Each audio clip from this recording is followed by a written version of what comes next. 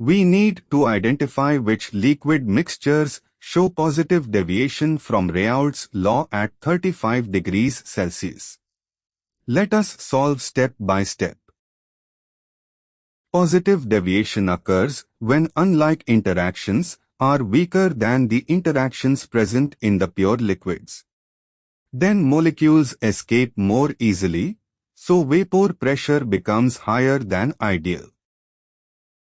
Methanol has strong hydrogen bonding with itself.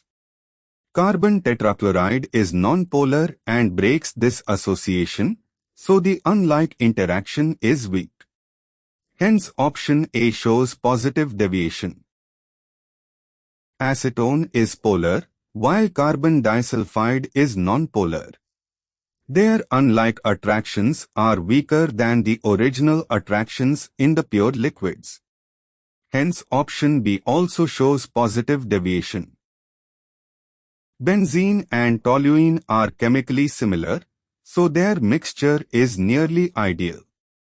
Phenol and aniline form strong hydrogen bonding between unlike molecules, so that gives negative deviation, not positive deviation.